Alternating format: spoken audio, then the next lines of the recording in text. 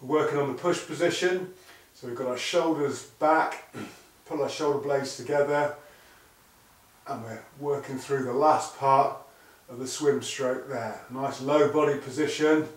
This is really good for strengthening up the triceps and your back muscles.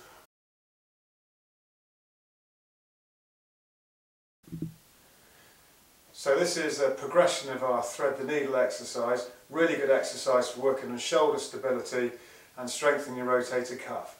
We're going to start in a sort of press up type position, high plank as they call it in yoga, and what we're going to do is we're going to be working my right shoulder.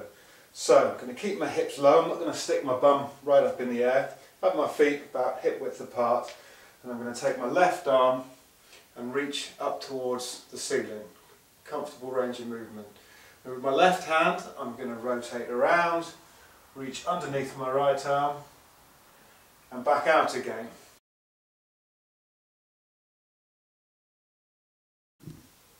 So we're working on the recovery part of the swim stroke here, those muscles that feel real tired once you've been putting in the distance.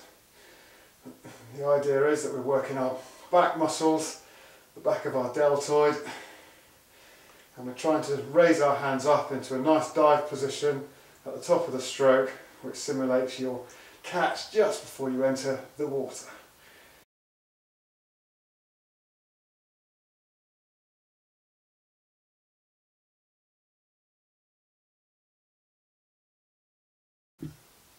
We're working on the second part of the swim stroke now, the push. We've got a nice low body position, we've got our shoulder blades pulled back and up together, and we're pushing the cord away behind us, the last part of the swim stroke.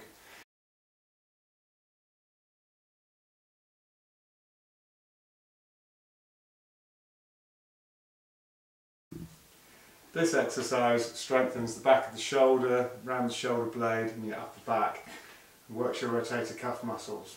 So you start off with a bit of tension on the cord, you're going to bring those shoulders back, keep those shoulders nice and square, you're going to pull with increasing resistance down towards your hip.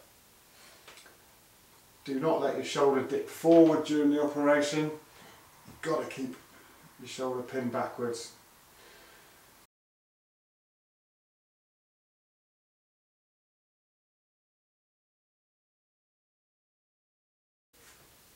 We're going to start off with our elbow by our side, shoulders nice and square. You don't want to be dipping your shoulder into the exercise, and you don't want to be twisting to achieve the movement. The movement comes from rotating at your shoulder. Got a wee bit of tension on the cord here, starting off with our hand sort of at level with midline, and we're going to start moving our arm out towards the side.